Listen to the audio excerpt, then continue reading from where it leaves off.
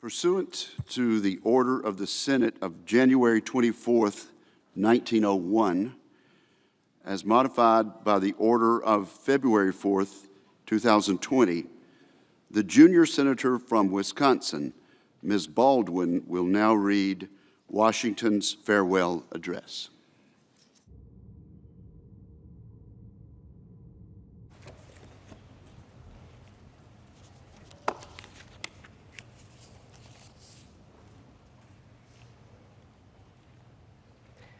Friends and fellow citizens, the period for a new election of a citizen to administer the executive government of the United States being not far distant, and the time actually arrived when your thoughts must be employed in designating the person who is to be clothed with that important trust, it appears to me proper, especially as it may conduce to a more distinct expression of public voice, that I should now apprise you of the resolution I have formed, to decline being considered among the number of those out of whom a choice is to be made. I beg you, at the same time, to do me the justice to be assured that this resolution has not been taken without strict regard to all the considerations appertaining to the relation which binds a dutiful citizen to his country, and that in withdrawing the tender of service, which silence in my situation might imply, I am influenced by no diminution of zeal for your future interests, no deficiency of grateful respect for your past kindness, but am supported by a full conviction that the step is compatible with both. The acceptance of and continuance hitherto in the office to which your suffrages have twice called me have been a uniform sacrifice of inclination to the opinion of duty and a deference for what appeared to be your desire. I constantly hoped that it would have been much earlier in my power, consistently with motives which I was not at liberty to disregard, to return to that retirement from which I had been reluctantly drawn. The strength of my inclination to do this, previous to the last election, had even led to the preparation of an address to declare it to you. But mature reflection on the then perplexed and critical posture of our affairs with foreign nations and the unanimous advice of persons entitled to my confidence impelled me to abandon the idea. I rejoice that the state of your concerns, external as well as internal, no longer renders the pursuit of inclination incompatible with the sentiment of duty or propriety, and am persuaded, whatever partiality may be retained for my services, that in the present circumstances of our country, you will not disapprove my determination to retire. The impressions with which I first undertook the arduous trust were explained on the proper occasion. In the discharge of this trust, I will only say that I have, with good intentions, contributed towards the organization and administration of the government, the best exertions of which a very fallible judgment was capable. Not unconscious in the outset of the inferiority of my qualifications, experience in my own eyes, perhaps still more in the eyes of others, has strengthened the motives to diffidence of myself. And every day, the increasing weight of years admonishes me more and more that the shade of retirement is as necessary to me as it will be welcome. Satisfied that if any circumstances have given peculiar value to my services, they were temporary, I have the consolation to believe that while choice and prudence invite me to quit the political scene, patriotism does not forbid it. In looking forward to the moment which is intended to terminate the career of my public life, my feelings do not permit me to suspend the deep acknowledgement of that debt of gratitude which I owe to my beloved country, for the many honors it has conferred upon me, still more for the steadfast confidence with which it has supported me, and for the opportunities I have thence enjoyed of manifesting my inviolable attachment by services faithful and persevering, though in usefulness unequal to my zeal. If benefits have resulted to our country from these services, let it always be remembered to your praise and as an instructive example in our annals that under the circumstances in which the passions agitated in every direction were liable to mislead, amidst appearances sometimes dubious, vicissitudes of fortune often discouraging, in situations which not unfrequently want of success, has countenanced the spirit of criticism. The consistency of your support was the essential prop of efforts and a guarantee of the plans by which they were effected. Profoundly penetrated with this idea, I shall carry it with me to my grave as a strong incitement to unceasing vows that heaven may continue to you the choicest tokens of its beneficence, that your union and brotherly affection may be perpetual, that the free Constitution, which is the work of your hands, may be sacredly maintained, that its administration in every department may be stamped with wisdom and virtue, that in fine, the happiness of the people of these states under the auspices of liberty may be made complete by so careful a preservation and so prudent a use of this blessing as will acquire to them the glory of recommending it to the applause, the affection, and the adoption of every nation which is yet a stranger to it. Here, perhaps I ought to stop, but a solicitude for your welfare, which cannot end but with my life and the apprehension of danger natural to that solicitude, urge me on an occasion like the present to offer to your solemn contemplation and to recommend to your frequent review some sentiments which are the result of much reflection, of no inconsiderable observation, and which appear to me all important to the permanency of your felicity as a people. These will be offered to you with the more freedom as you can only see in them disinterested warnings of a parting friend who can possibly have no personal bias in his counsel. Nor can I forget, as an encouragement to it, your indulgent reception of my sentiments on a former and not dissimilar occasion.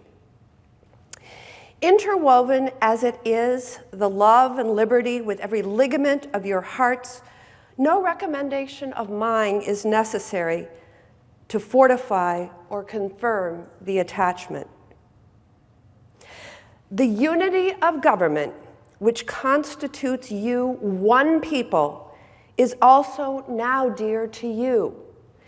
It is justly so, for it is the main pillar in the edifice of your real independence, the support of your tranquility at home, your peace abroad, and your safety, of your prosperity, and of that very liberty which you so highly prize. But it is easy to foresee, from different causes and from different quarters, much pains will be taken, many artifices employed to weaken in your mind the conviction of this truth. As this is the point in your political fortress against which the batteries of internal and external enemies will be most constantly and actively, though often covertly and insidiously, directed. It is of infinite moment that you should properly estimate the immense value of your national union to your collective and individual happiness, that you should cherish a cordial, habitual, and immovable attachment to it, accustoming yourselves to think and speak of it as of the palladium of your political safety and prosperity, watching for its preservation with jealous anxiety, discountenancing whatever may suggest even a suspicion that it can in any event be abandoned, and indignantly frowning upon the first dawning of every attempt to alienate any portion of our country from the rest, or to enfeeble the sacred ties which now link together the various parts. For this you have every inducement of sympathy and interest. Citizens, by birth or choice, of a common country, that country has a right to concentrate your affections.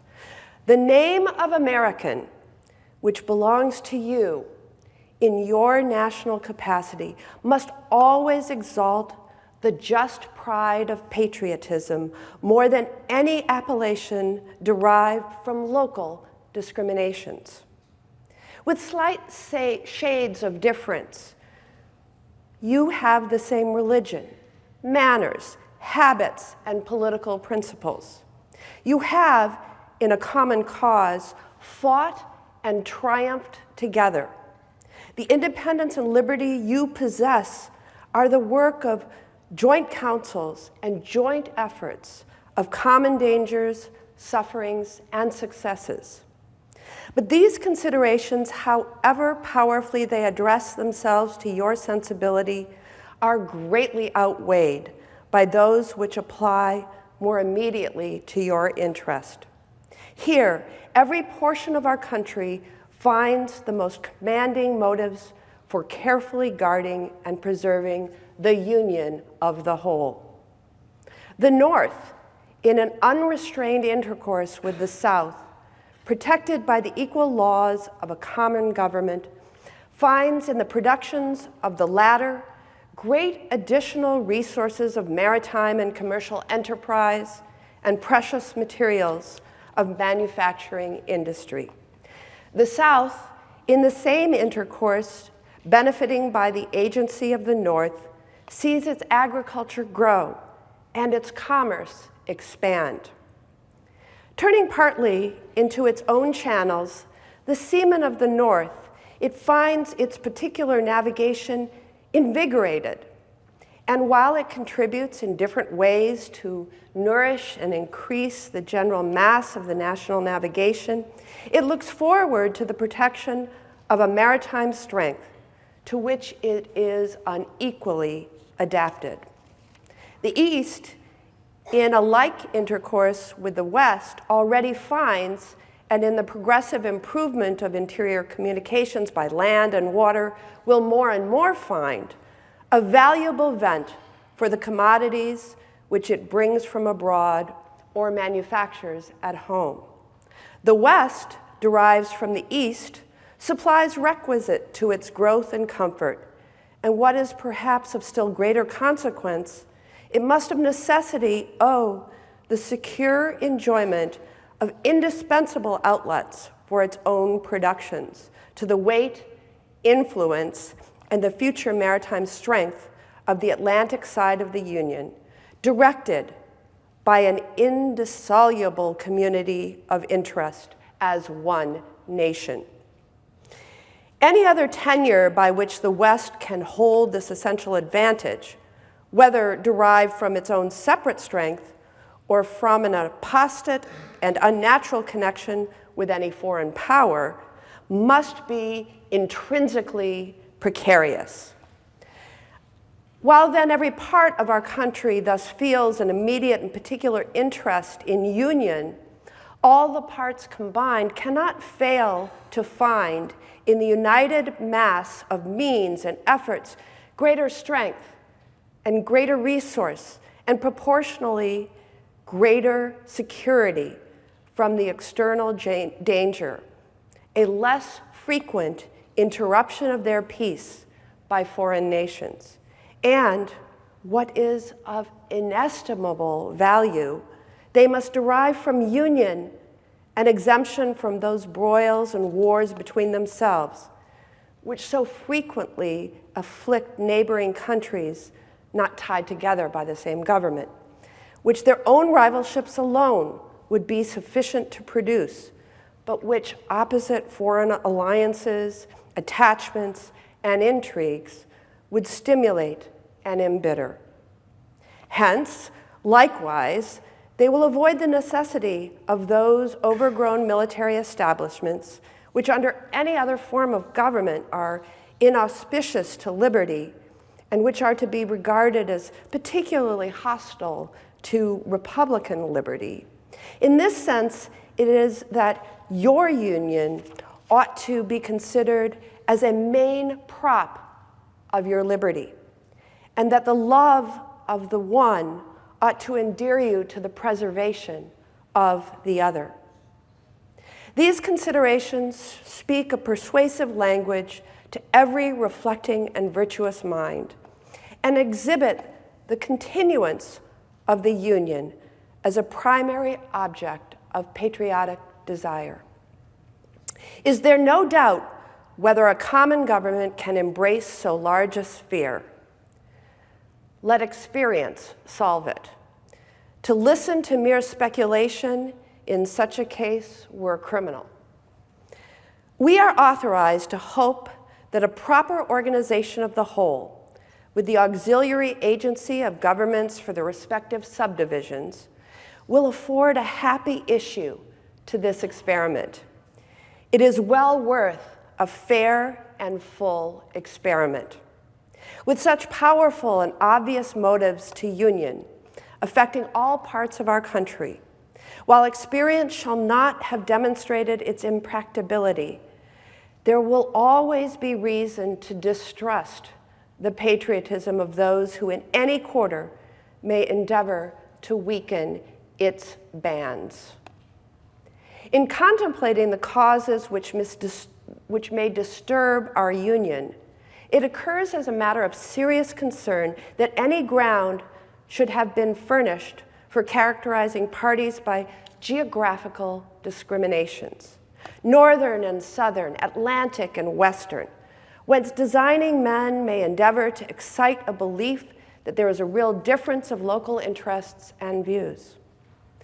One of the expedients of party to acquire influence within particular districts is to misrepresent the opinions and aims of other districts. You cannot shield yourselves too much against the jealousies and heartburnings which spring from these misinterpretations. They tend to render alien to each other those who ought to be bound together by fraternal affection. The inhabitants of our Western country have lately had a useful lesson on this head. They have seen in the negotiation by the executive and in the unanimous ratification by the Senate of the treaty with Spain, and in its universal satisfaction at the event throughout the United States, a decisive proof how unfounded were the suspicions propagated among them of a policy in the general government and in the Atlantic states unfriendly to their interests in regard to the Mississippi. They have been witnesses to the formation of two treaties, that with Great Britain and that with Spain, which secure to them everything they could desire in respect to our foreign relations, towards confirming their prosperity. Will it not be their wisdom to rely for the preservation of these advantages on the union by which they were procured? Will they not henceforth be deaf to those advisors, if such there are, who would sever them from their brethren and connect them with aliens? To the efficacy and permanency of your union, a government for the whole is indispensable. No alliances, however strict between the parts, can be an adequate substitute. They must inevitably experience the infractions and interruptions which all alliances in all times have experienced. Sensible of this momentous truth, you have improved upon your first essay by the adoption of a constitution of government better calculated than your former for an intimate union and for the efficacious management of your common concerns. This government, the offspring of our own choice, uninfluenced, unawed, adopted upon full investigation and mature deliberation, completely free in its principles, in the distribution of its powers, uniting security with energy, and containing within itself a provision for its own amendment, has a just claim to your confidence and support. Respect for its authority, compliance with its laws, acquiescence in its measures are duties enjoined by the fundamental maxims of true liberty. The basis of our political systems is the right of the people to make and to alter their constitutions of government. But the Constitution, which at any time exists until changed by an explicit and authentic act of the whole people, is sacredly obligatory upon all. The very idea of the power and the right of the people to establish government presupposes the duty of every individual to obey the established government.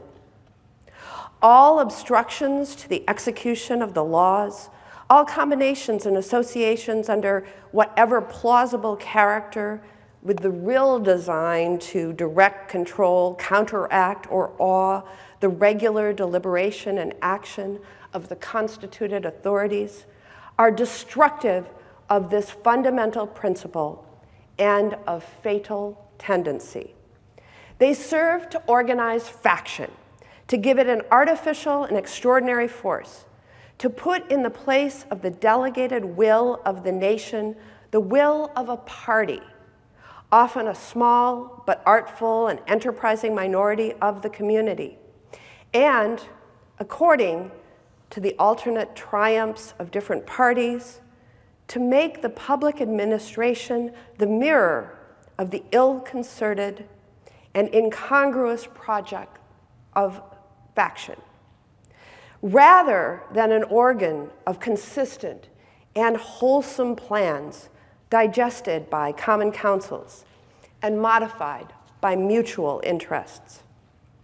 However combinations or associations of the above description may now and then answer popular ends, they are likely, in the course of time and things, to become potent engines by which cunning, ambitious, and unprincipled men will be enabled to subvert the power of the people and to usurp for themselves the reins of government, destroying afterwards the very engines which have lifted them to unjust dominion. Towards the preservation of your government and the permanency of your present happy state, it is requisite not only that you steadily discountenance irregular oppositions to its acknowledged authority, but also that you resist with care the spirit of innovation upon its principles, however specious the pretexts. One method of assault may be to effect, in the form of the Constitution, alterations which will impair the energy of the system and thus undermine what cannot be directly overthrown. In all the changes to which you may be invited, remember that time and habit are at least as necessary to fix the true character of governments as of other human institutions.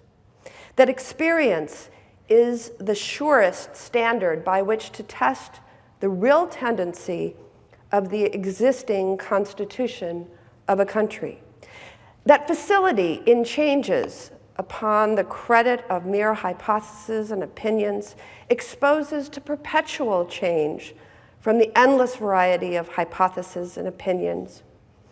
And remember especially that for the efficient management of your common interests in a country so extensive as ours, a government of as much vigor as is consistent with the perfect security of liberty is indispensable. Liberty itself will find in such a government, with powers properly distributed and adjusted, its surest guardian.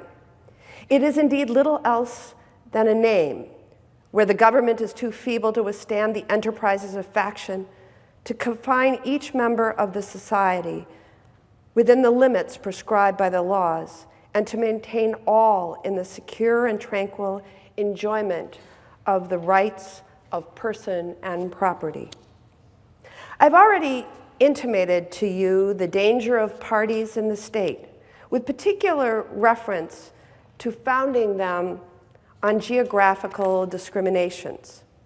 Let me now take a more comprehensive view and warn you in the most solemn manner against the baneful effects of the spirit of party generally.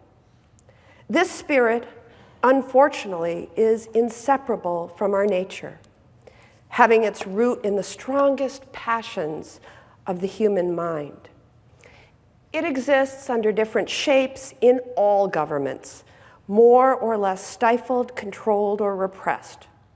But in those of the popular form, it is seen in its greatest rankness and is truly their worst enemy. The alternate domination of one faction over another, sharpened by the spirit of revenge, natural to party dissension, which in different ages and countries has perpetrated the most horrid enormities, is itself frightful despotism. But this leads at length to a more formal and permanent despotism. The disorders and miseries which result gradually incline the minds of men to seek security and repose in the absolute power of an individual. And sooner or later, the chief of some prevailing faction, more able or more fortunate than his competitors, turns this disposition to the purposes of his own elevation on the ruins of public liberty. Without looking forward to an extremity of this kind, which nevertheless ought to be entirely out of sight, the common and continual mischiefs in the spirit of party are sufficient to make it the interest and duty of a wise people to discourage and restrain it. It serves always to distract the public councils and enfeeble the public administration. It agitates the community with ill-founded jealousy and false alarms, kindles the animosity of one part against the other, foments occasionally riot and insurrection. It opens the door to foreign influence and corruption, which find a facilitated access to the government itself through the channels of party passions. Thus, the policy and the will of one country are subjected to the policy and the will of another. There is an opinion that parties in free countries are useful checks upon the administration of the government and serve to keep alive the spirit of liberty. This, within certain limits, is probably true. And in governments of a monarchical caste, patriotism may look with indulgent, if not with favor, upon the spirit of party.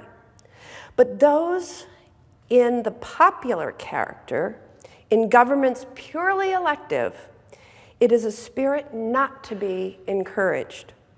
From their natural tendency, it is certain there will always be enough of that spirit for every salutary purpose, and there being constant danger of excess. The effort ought to be, by force of public opinion, to mitigate and assuage it. A fire not to be quenched, it demands a uniform vigilance to prevent its bursting into flame, lest instead of warming, it should consume.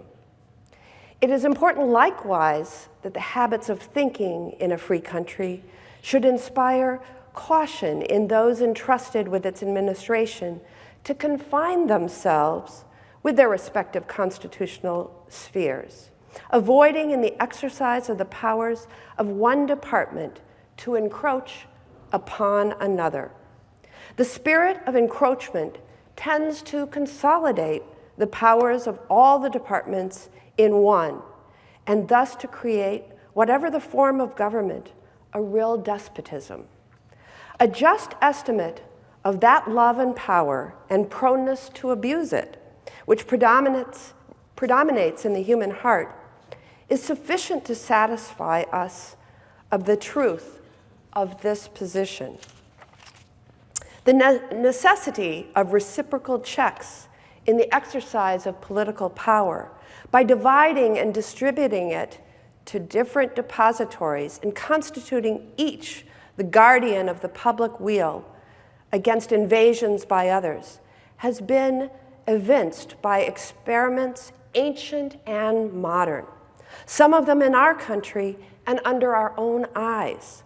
To preserve them must be as necessary as to institute them. If, in the opinion of the people, the distribution or modification of constitutional powers be in any particular wrong, let it be corrected by amendment in the way the Constitution designates. But let there be no change by usurpation, for though this, in one instance, may be the instrument of good, it is the customary weapon by which free governments are destroyed. The precedent must always greatly overbalance in permanent evil any partial or transient benefit which the use can yield at any time. Of all the dispositions and habits which lead to political prosperity, religion and morality are indispensable supports. In vain would that man claim the tribute of patriotism who should labor to subvert these great pillars of human happiness, the firmest props of the duties of men and citizens. The mere politician, equally with the pious man, ought to respect and cherish them. A volume could not trace all their connections with private and public felicity. Let it simply be asked, where is the security for property, for reputation, for life, if the sense of religious obligation deserts the oaths, which are the instrument of investigation in courts of justice? And let us with caution indulge the supposition that morality can be maintained without religion. Whatever may be conceded to the influence and refined education on minds of peculiar structure, reason and experience both forbid us to expect that national morality can prevail in exclusion of religious principle. It is substantially true that virtue or morality is a necessary spring of popular government.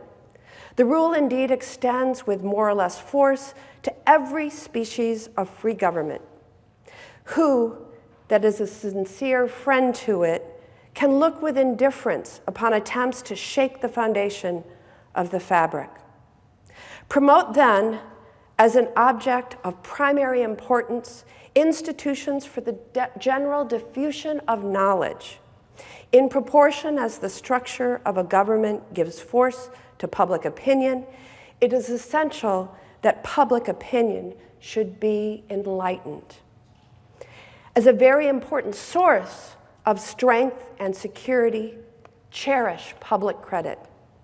One method of preserving it is to use it as sparingly as possible, avoiding occasions of expense by cultivating peace, but remembering also that timely disbursements to prepare for danger frequently prevent much greater disbursements to repel it. Avoiding likewise the accumulation of debt, not only by shunning occasions of expense, but by vigorous exertions in time of peace to discharge the debts which unavoidable wars may have occasioned. Not ungenerously throwing upon posterity the burden which we ourselves ought to bear. Now, the execution of these maxims belongs to your representatives, but it is necessary that public opinion should cooperate.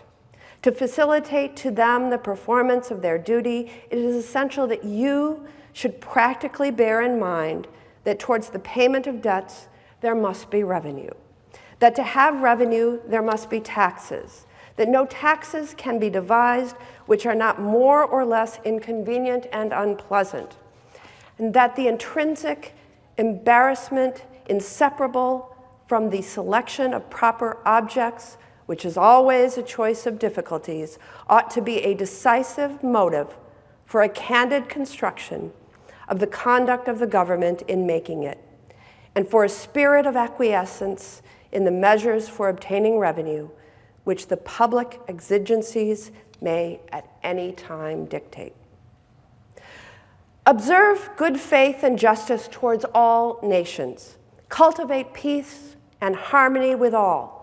Religion and morality enjoin this conduct, and can it be that good policy does not equally enjoin it?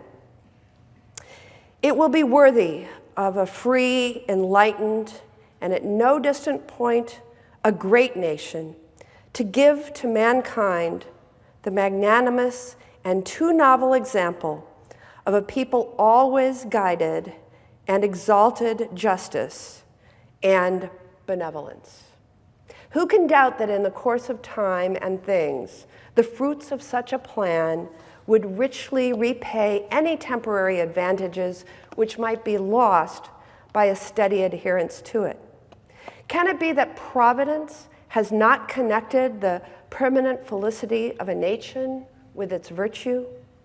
The experiment, at least, is recommended by every sentiment which ennobles human nature. Alas, it is rendered impossible by its vices.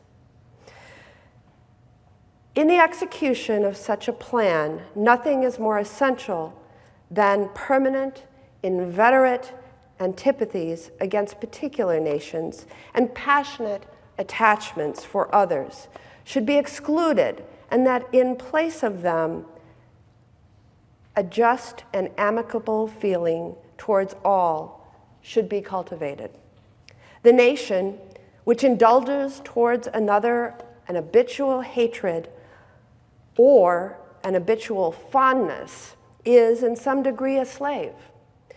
It is a slave to its animosity or to its affection, either of which is sufficient to lead it astray from its duty and its interest. Antipathy in one nation against another disposes each more readily to offer insult and injury, to lay hold of slight causes of umbrage, and to be haughty and intractable when accidental or trifling occasions of dispute occur. Hence, frequent collisions, obstinate, envenomed, and bloody contests. The nation, prompted by ill will and resentment, sometimes impels to war the government, contrary to the best calculations of policy. The government sometimes participates in the national propensity and adopts, through passion, what reason would reject. At other times, it makes the animosity of a nation subservient to the projects of hostility instigated by pride, ambition, and other sinister and pernicious motives. The peace often, sometimes perhaps the liberty of nations, has been the victim. So likewise, a passionate attachment of one nation for another produces a variety of evils. Sympathy for the favorite nation, facilitating the illusion of an imaginary common interest in cases where no real common interest exists, and infusing into one the enmities of the other, betrays the former into a participation in the quarrels and wars of the latter, without adequate inducement or justification. It leads also to concessions to the favorite nation, of privileges denied to others, which is apt doubly to injure the nation making the concessions by unnecessarily parting with what ought to have been retained, and by exciting jealousy, ill will, and disposition to retaliate in the parties from whom equal privileges are withheld. And it gives to ambitious, corrupted, or deluded citizens who devote themselves to the favorite nation facility to betray or sacrifice the interests of their own country, without odium, sometimes even with popularity, gilding with the appearance of a virtuous sense of obligation, a commendable deference for public opinion, or a laudable zeal for public good, the base or foolish compliances of ambition, corruption, or infatuation. As avenues to foreign influence in innumerable ways, such attachments are particularly alarming to the truly enlightened and independent patriot. How many opportunities do they afford to tamper with domestic factions, to practice the arts of seduction, to mislead public opinion, and to influence or awe the public councils? Such an attachment of small or weak towards a great and powerful nation dooms the former to be the satellite of the latter. Against the insidious wiles of foreign influence, I conjure you to believe me, fellow citizens, the jealousy of a free people ought to be constantly awake, since history and experience prove that foreign influence is one of the most baneful foes of Republican government. But that jealousy, to be useful, must be impartial, else it becomes the instrument of the very influence to be avoided, instead of a defense against it. Excessive partiality for one foreign nation and excessive dislike of another cause those whom they actuate to see danger only on one side, and serve to veil and even second the arts of influence on the other. Real patriots who may resist the intrigues of the favorite are liable to become suspected and odious, while its tools and dupes usurp the applause and confidence of the people to surrender their interests.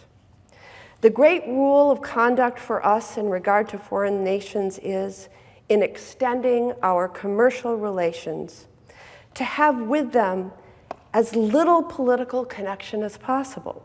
So far as we have already formed engagements, let them be fulfilled with perfect good faith. Here, let us stop. Europe has a set of primary interests, which to us have none or a very remote relation. Hence, she must be engaged in frequent controversies, the causes of which are essentially foreign to our concerns. Hence, therefore, it must be unwise in us to implicate ourselves by artificial ties or in the ordinary vicissitudes of her politics or the ordinary combinations and collisions of her friendships or enmities. Our detached and distant situation invites and enables us to pursue a different course. If we remain one people under an efficient government, the period is not far off when we may defy material injury from external annoyance. when we may take such an attitude as will cause the neutrality we may at time resolved upon to be scrupulously respected. When belligerent nations, under the impossibility of making acquisitions upon us, will not lightly hazard the giving us provocation. When we may choose peace or war as our interest, guided by justice, shall counsel. Why forego the advantages of so peculiar a situation? Why quit our own to stand upon foreign ground? Why, by interweaving our destiny with that of any part of Europe, entangle our peace and prosperity in the toils of European ambition, rivalship, interest, humor, or caprice? It is our true policy to steer clear of permanent alliances with any portion of the foreign world. So far, I mean, as we are now at liberty to do it. For let me not be understood as capable of patronizing infidelity to existing engagements.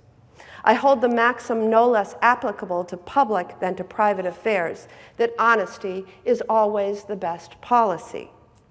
I repeat it, therefore, let those engagements be observed in their genuine sense. But in my opinion, it is unnecessary and would be unwise to extend them. Taking care always to keep ourselves by suitable establishments on a respectably defensive posture, we may safely trust to temporary alliances for extraordinary emergencies. Harmony, liberal intercourse with all nations are recommended by policy, humanity, and interest.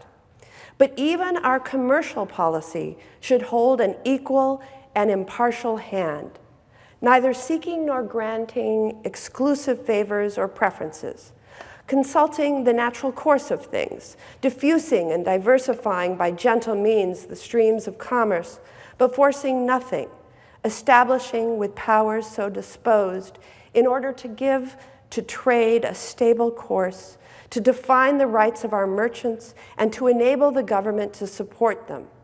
Conventional rules of intercourse, the best that present circumstances and mutual opinion will permit, but temporary, and liable to be from time to time abandoned or varied, as experience and circumstances shall dictate, constantly keeping in view that it is folly in one nation to look for disinterested favors from another, that it must pay with a portion of its independence for whatever it may accept under that character, that by such acceptance it may place itself in the condition of having given equivalents for nominal favors, and yet of being reproached with ingratitude for not giving more. There can be no greater error than to expect or calculate upon real favors from nation to nation. It is an illusion which experience must cure, which a just pride ought to discard. In offering you, my countrymen, these counsels of an old and affectionate friend, I dare not hope they will make the strong and lasting impression I could wish, that they will control the usual current of the passions, or prevent our nation from running the course which has hitherto marked the destiny of nations. But if I may even flatter myself that they may be productive of some partial benefit, some occasional good, that they may now and then recur to moderate the fury of party spirit, to warn against the mischiefs of foreign intrigue, to guard against the impostures of pretended patriotism. This hope will be a full recompense for the solicitude for your welfare by which they have been dictated. How far in the discharge of my official duties I have been guided by the principles which have been delineated. The public records and other evidences of my conduct must witness to you and to the world. To myself, the assurance of my own conscience is that I have at least believed myself to be guided by them. In retaliation to the still subsisting war in Europe, my proclamation of the 22nd of April, 1793, is the index to my plan. Sanctioned by your approving voice and by that of your representatives in both houses of Congress, the spirit of that measure has continually governed me, uninfluenced by any attempts to deter or divert me from it. After deliberate examinations, with the aid of the best lights I could obtain, I was well satisfied that our country, under all the circumstances of the case, had a right to take, and was bound in duty and interest to take, a neutral position. Having taken it, I determined as far as should depend upon me to maintain it with moderation, perseverance, and firmness. The considerations which respect the right to hold this conduct, it is not necessary on this occasion to detail. I will only observe that according to my understanding of the matter, that right, so far from being denied by any of the belligerent powers, has been virtually admitted by all. The duty of holding a neutral conduct may be inferred without anything more from the obligation which justice and humanity impose on every nation, in cases in which it is free to act, to maintain inviolate the relations of peace and amity towards other nations. The inducements of interest for observing that conduct will best be referred to your own reflections and expertise. With me, a predominant motive has been to endeavor to gain time to our country to settle and mature its yet recent institutions, and to progress without interruption to that degree of strength and consistency which is necessary to give it, humanly speaking, the command of its own fortunes. Though in reviewing the incidents of my administration, I am unconscious of intentional error, I am nevertheless too sensible of my defects not to think it probable that I may have committed many errors. Whatever they may be, I fervently beseech the Almighty to avert or mitigate these evils to which they may tend. I shall also carry with me the hope that my country will never cease to view them with indulgence, and that after 45 years of my life dedicated to its service with an upright zeal, the faults of incompetent abilities will be consigned to oblivion, as myself must soon be to the mansions of rest. Relying on this kindness, and this, as in other things, and actuated by that fervent love towards it, which is so natural to a man who views it in the native soil of himself and his progenitors for several generations, I anticipate with pleasing expectation that retreat in which I promise myself to realize without alloy the sweet enjoyment of partaking in the midst of my fellow citizens the benign influence of good laws under a free government. The ever-favorite object of my heart, and the happy reward, as I trust, of our mutual cares, labors, and dangers. George Washington, United States, 19th September, 1796.